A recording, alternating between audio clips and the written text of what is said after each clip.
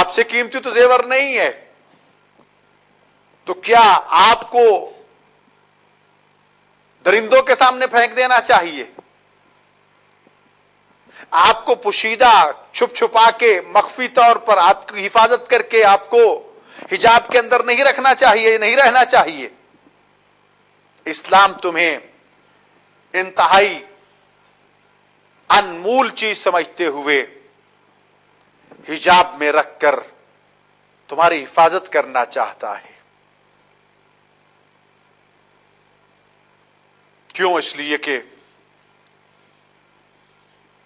کسی بھی طریقے سے نامحرم مردوں کے دل میں تمہارے بارے میں شیطانی وسوسے پیدا نہ ہونے پائیں۔ اسلام تمہیں قیمتی خزانوں کی طرح محفوظ رکھنا چاہتا ہے، انتہائی قیمتی جواہرات کی صورت کی طرح آپ کو محفوظ رکھنا چاہتا ہے، دنیا کے قیمتی ہیروں کی طرح تمہیں محفوظ رکھنا چاہتا ہے۔ وہ عورت جو اس بات کا خیال نہیں رکھتی، نہ ہی اسے اسلام کا خیال ہے،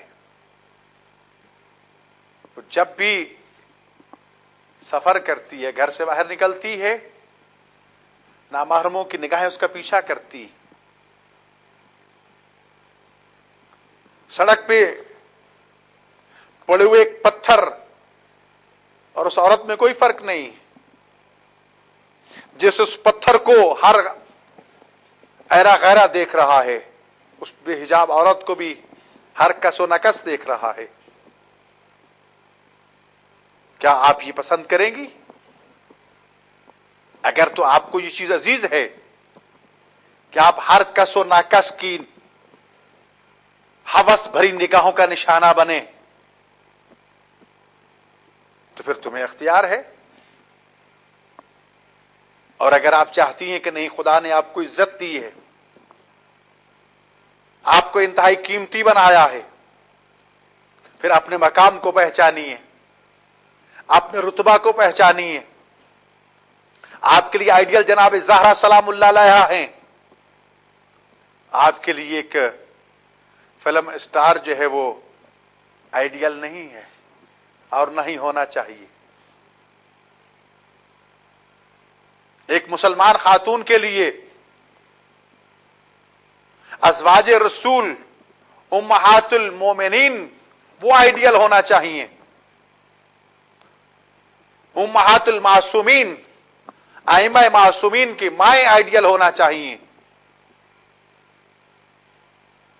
کائنات کی عظیم خواتین صدیقہ کبریٰ حضرت زہرا سلام اللہ علیہا، حضرت زینب سلام اللہ علیہا، حضرت ام کلثوم اور کربلا کی خواتین آئیڈیل ہونا چاہیے۔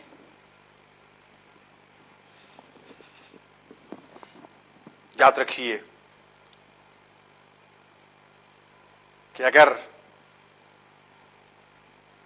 انسان اپنے گھروں کو حجاب کی طرف متوجہ کرے گا،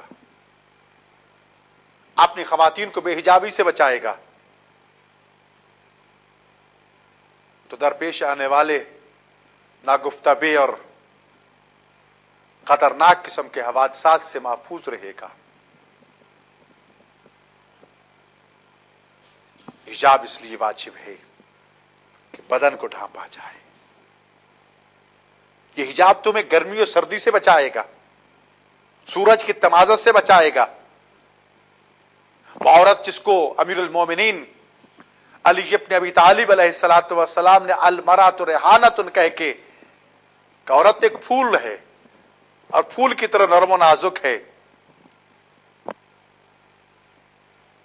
پھول کی پتیاں تو معمولی سی تپش سے مرجھا جاتی ہیں، معمولی سا ہاتھ لگے مسلی جاتی ہیں۔ محترم خواتین، اسی مثال سے اپنے مقام کو پہچان لیجئے کہ امیر المومنین علی ابن ابی طالب علیہ الصلوۃ والسلام آپ کو کس چیز سے تشبیہ دے رہے ہیں۔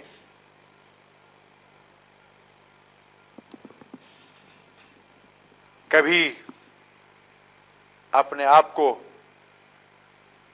نامحرموں کو متوجہ کرنے کے لیے معطر نہ کیجیے، انہیں کہ گھر سے نکلے پرفیوم لگا کے، تاکہ جو متوجہ نہیں وہ بھی اس چیز کی طرف متوجہ ہو جائے۔ حضرت زہرا سلام اللہ علیہا اپنے بابا سید المرسلین رحمت اللہ عالمین صلی اللہ علیہ وآلہ وسلم کی خدمت میں تشریف فرما ہیں۔ دونوں باپ بیٹی بیٹھے ہیں۔ کتنے میں ایک نابینا صحابی رسول اکرم صلی اللہ علیہ وآلہ وسلم کی خدمت میں اذن باریابی چاہتا ہے۔ رسول رحمت صلی اللہ علیہ وآلہ وسلم اسے اجازت مرحمت فرماتے ہیں۔ ادھر اس کو اجازت ملتی ہے، سیدہ کائنات جلدی سے اٹھ کے دوسرے کمرے میں چلی جاتی۔ وہ صحابی ملاقات کر کے جب چلا جاتا ہے تو بیوی پھر اپنے بابا کی خدمت میں جب حاضر ہوتی ہے تو رسول اللہ پوچھتے ہیں، فاطمہ تم اٹھ کے چلی کیوں گئی تھی؟ بابا وہ آپ کا صحابی ملنے کے لیے آیا تھا۔ فاطمہ وہ تو نابینا تھا۔ اللہ اکبر، کیا جواب دیا سیدہ طاہرہ نے، مطہرہ نے، فاطمہ زہرا نقیہ تقیہ زکیہ فاطمہ نے کہ بابا پہلی بات تو یہ تھی وہ نابینا تھا، میں تو نابینا نہ تھی، لذا مجھ زہرا کو یہ پسند نہیں ہے کہ کوئی نامحرم مجھے دیکھے، بلکہ یہ بھی پسند نہیں ہے کہ میں کسی نامحرم کو نہ دیکھوں۔ اور پھر فرمایا کہ میں پسند نہیں کرتی کہ وہ میری خوشبو سونگھ لیتا۔ اللہ اکبر، کتنی حساس تھی سیدہ کائنات حجاب کے معاملے میں کہ بابا اگر میں آپ کے پاس بیٹھی ہوتی ٹھیک وہ مجھے نہ دیکھ پاتا لیکن میری خوشبو تو سونگھ لیتا۔ سیدہ کائنات کا یہ پیغام اپنی کنیزوں کے نام یہ ہے کہ زہرا تو اپنے بابا کے صحابی کو دیکھنا پسند نہیں کرتی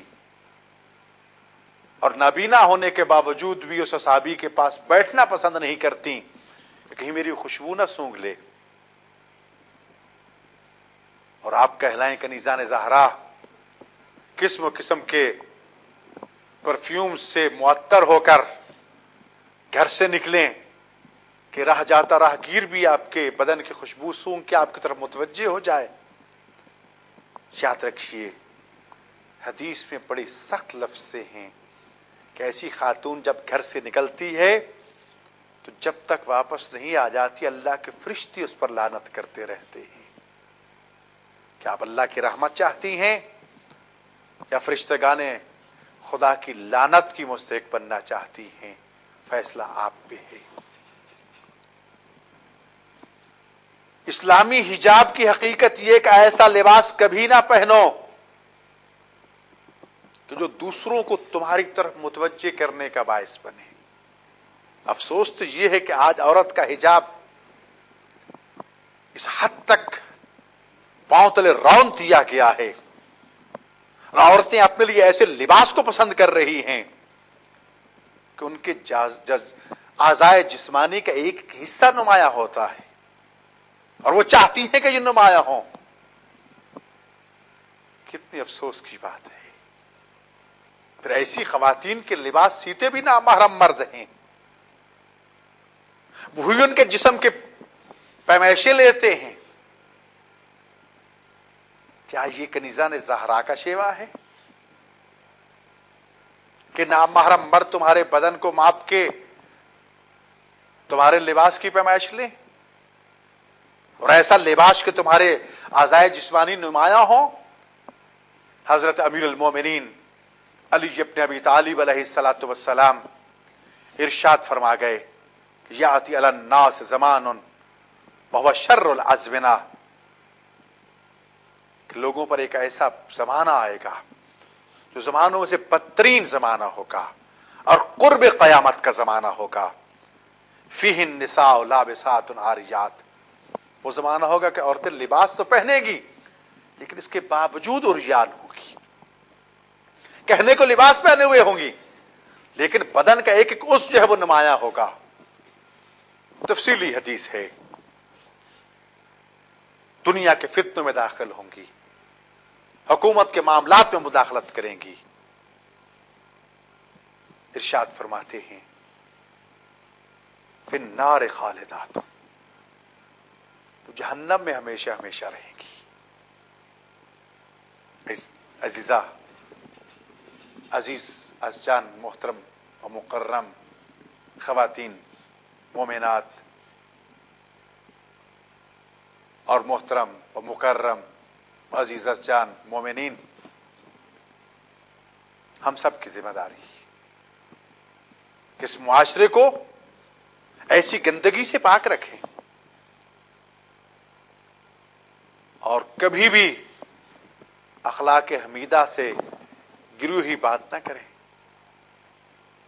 کہ جس سوسائٹی کو تباہی بربادی کی طرف لے کے چلی جائے. ان چیزوں سے بچیے اور یاد رکھیے اس حجاب کا مقصد اس لیے ہے تاکہ عورت نامحرم لوگوں کے سامنے حجاب کے ذریعے ایک دیوار کھڑی کر دے جو اس کو ان رذیل لوگوں کی نگاہوں سے محفوظ رکھے,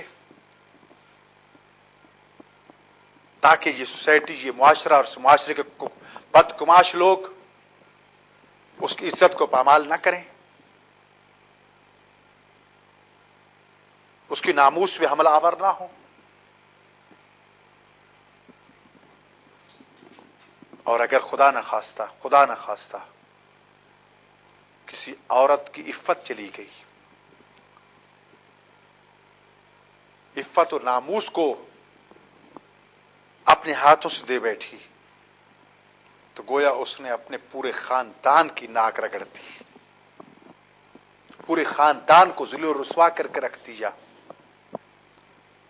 اور جب یہ خاندان ذلت اور رسوائی سے دوچار ہوگا تو سوسائٹی میں ان کا مقام کیا ہوگا, معاشرے میں ان کی حیثیت کیا ہوگی؟ تو پورا معاشرہ خراب ہوتا جائے گا. آج ہم دیکھ رہے ہیں دنیا میں معاشرے کس طرح تباہ و برباد ہو چکے ہیں. خدا را اس معاشرے کو برباد نہ ہونے دیں, اس معاشرے کے حجاب کے ذریعے حفاظت کریں.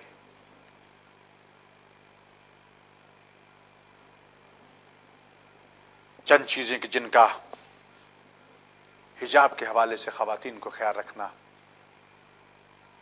ضروری ہے, وہ یہ ہے کہ حجاب کی عظمت سے آگاہی حاصل کریں, اپنی بیٹیوں کو, اپنی بچیوں کو حجاب کی عظمت سے آگاہ کریں. کربلا کی خواتین کی سیرت کو سامنے رکھ کے, اسلام کی تاریخی خواتین کے کردار کو سامنے رکھ کر, جن کو اللہ نے یہ عزت دی ہے. کتنی خواتین ہیں کہ جن کو زندگی میں جنت کی بشارت دے دی گئی تھی,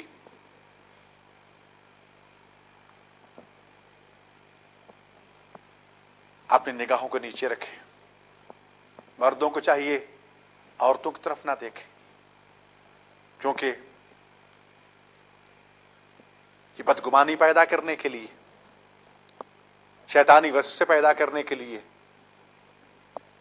طرفین شریک ہوتے ہیں. اگر نامحرم مرد نامحرم عورت کو دیکھے گا یا نامحرم عورت نامحرم مرد کو دیکھے گی, دونوں طرف سے برائیاں آگے بڑھیں گی. تبھی تو قرآن نے مومن اور مومنہ کہہ کے تمہیں حکم دیا ہے. اگر تم میں ایمان کی رمق ہے اور واقعاً اپنے آپ کو مومن کہلاتے ہو اور اپنے آپ کو مومنہ کہلاتی ہو, تو قرآن تو حجاب کا حکم دے رہا ہے, نگاہوں کو نیچے رکھنے کا حکم دے رہا ہے. اگر یہ کام نہیں کریں گے تو لاکھ مومن کہلاتے رہیں, لاکھ مومنات بنتی رہیں, قرآن تمہیں مومن اور مومنہ تسلیم کرنے کو تیار نہیں ہے, اس لیے کہ اس نے مومن کی شرط یہ رکھتی ہے کہ وہ اپنی نگاہوں کو نیچا رکھتے ہیں. اپنی شرمگاہوں کی حفاظت کرتے ہیں۔ اب یہاں ایک اور پہلو جس پہ عام طور دشمن کی طرف سے زبان درازی کی جاتی ہے کہ صرف عورتوں کو حجاب کا حکم دیا جا رہا ہے، مردوں کو نہیں۔ حجاب تو دل میں ہونا چاہیے، ظاہری طور پر کیا فرق پڑتا ہے؟ یاد رکھیے، عورت کو حجاب کا اس لیے حکم دیا گیا کہ مرد کی نسبت عورت میں کشش زیادہ ہے، اور اگر امیر المومنین علی ابن ابی طالب علیہ الصلوۃ والسلام کا یہ فرمان ایسی بے حجاب خواتین کے لیے بیان کر دوں تو شاید ان کو جو جوڑنے کے لیے کافی ہو۔ ارشاد فرماتی ہیں کہ کچھ خواتین ایسی ہیں جو شیطان کے جال ہیں۔ شیطان جب مومن مردوں کو پھانسنا چاہتا ہے نا تو بے حجاب عورتوں کو جال استعمال کرتا ہے، بے حیا عورتوں کو استعمال کرتا ہے۔ تو خود سوچئے کہ آپ شیطان کا جال بننا پسند کریں گی یا قوم نسواں کے لیے باعث فخر بننا پسند کریں گی؟